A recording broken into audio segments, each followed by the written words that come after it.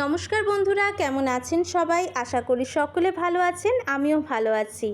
সকালবেলা ঘুম থেকে উঠেই চোখটা যেন সবুজকে খুঁজে বেড়ায়। আর সকালে বাগানে গিয়ে এত সুন্দর ফুলগুলো দেখতে কার না ভালো লাগে। এই অ্যাডেনিয়াম ফুলে অনেকগুলো কুড়ি এসেছে আর ফুলের রঙটাও এত মিষ্টি। আমার প্রতিদিনই সকালে এই ফুল গাছগুলো দেখতে ভালো লাগে। আর প্রচুর দেখো লঙ্কা হয়েছে। যখন আমাদের রান্নায় লঙ্কা কম হয় তখনই গিয়ে লঙ্কা পেড়ে আনি। এই জন্য একসঙ্গে পাড়াও হয় না, তোমাদের এই জন্য শেয়ারও করা হয় না। দেখতেই পাচ্ছ আজকে আমাদের নোটের শাক রান্না হবে।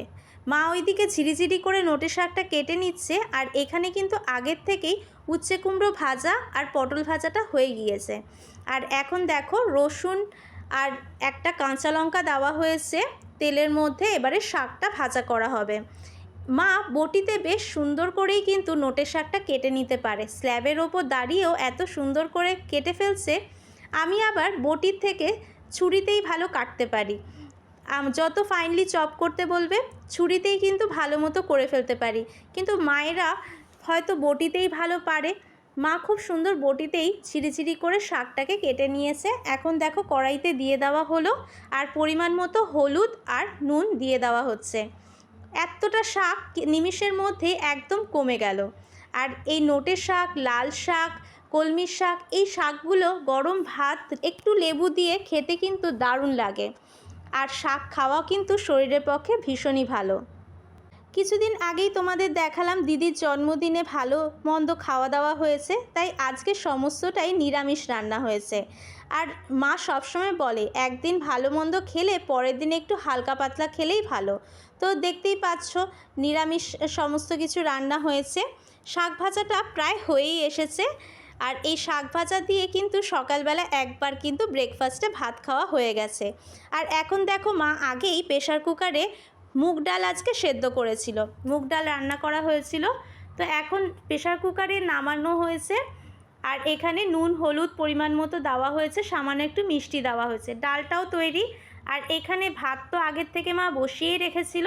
আর আজকে কিন্তু মিক্সড ভেজ রান্না করা হচ্ছে। যা কিছু ঘরে সবজি ছিল, যেমন ধরো আলু, ফুলকপি, শিম, সমস্ত কিছু দিয়েই কিন্তু একটা তরকারি করবে মা। এখানে কিন্তু কেনা যে বড়ি কিনতে পাওয়া যায় সেই বড়িও দেবে। তো প্রেশার কুকারের ডালটাকে নামিয়ে যেহেতু বাবার সময় হয়ে যাচ্ছে, তাই জন্য এই প্রেশার কুকারেই তরকারিটা দিয়ে দিল। আর এই প্যানের মধ্যে এখন বড়িগুলোকে ভেজে নিচ্ছে। এই বিউলির ডালের এই বড়িগুলো কিনতে পাওয়া যায় প্যাকেটে, 20 টাকা প্যাকেট নেয়। আর খেতে এত স্বাদ লাগে, এই বড়ি ভাজাও কিন্তু দারুণ লাগে খেতে। তার তরকারির মধ্যে মাকে একটু বেশি করে দিতে বলি। আমি সব বড়িগুলো বেছে বেছেই তরকারিটা খেয়ে ফেলি। তো তোমরা কারা এই ডালের বড়িগুলো খেতে পছন্দ করো অবশ্যই কিন্তু কমেন্টে জানিও।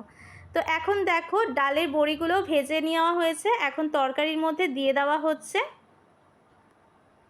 প্রেশার কুকারে একটা সিটি দেওয়ার পরে একটু লেগে যাচ্ছিল, তাই জন্য মা আবার কড়াইতেই ট্রান্সফার করে দিল। তার মধ্যে পরিমাণ মতো চিনি আর ধনেপাতা কুচি করে দেওয়া হলো। তরকারি কিন্তু সমস্তটাই সেদ্ধ হয়ে গেছে, এখন একটু নাড়িয়েই নামিয়ে নেওয়া হবে।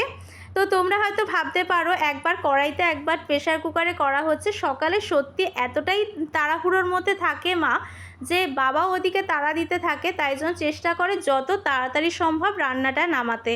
আর এদিকে দেখো বাবাকে এখানে ভাত বেড়েও দেওয়া হচ্ছে। বাবা আজকে ডাল আর তরকারি দিয়েই নিয়েছিল। ভাত যেহেতু ঠান্ডা হয়ে যাবে তাই জন্য আর শাক নেয়নি। তো বাড়িতে আমরাই খেয়েছিলাম। আর বন্ধুরা তোমাদের জানিয়ে রাখি, আগামীকাল আমাদের সামনের বাড়িতেই তার মেয়ের বিয়ে রয়েছে এবং পরিবারের সকলকে নেমন্তন্ন করা হয়েছে। তো গতকাল আমরা নেমন্তন্ন বাড়ি যাব, তাই জন্য আজকে আমরা নিরামিষ খেলাম। তো তোমাদের আজকের ভিডিওটা কেমন লাগলো অবশ্যই কিন্তু জানিও। আর কালকের ভিডিও দেখতে ভুলো না, কালকে কিন্তু আমরা বিয়েবাড়ির সাজগোজ সমেত একটা সুন্দর ব্লগ দেব। আর কেমন এনজয় করলাম সেটাও দেওয়ার চেষ্টা করব। তোমাদের আজকের ভিডিওটা কেমন লাগলো অবশ্যই কিন্তু কমেন্টে জানিও। তোমরা যারা প্রতিদিন আমার ভিডিও দেখছো তাদেরকে অসংখ্য ধন্যবাদ। শেষ অবধি দেখার জন্য কিন্তু অসংখ্য ধন্যবাদ। নমস্কার।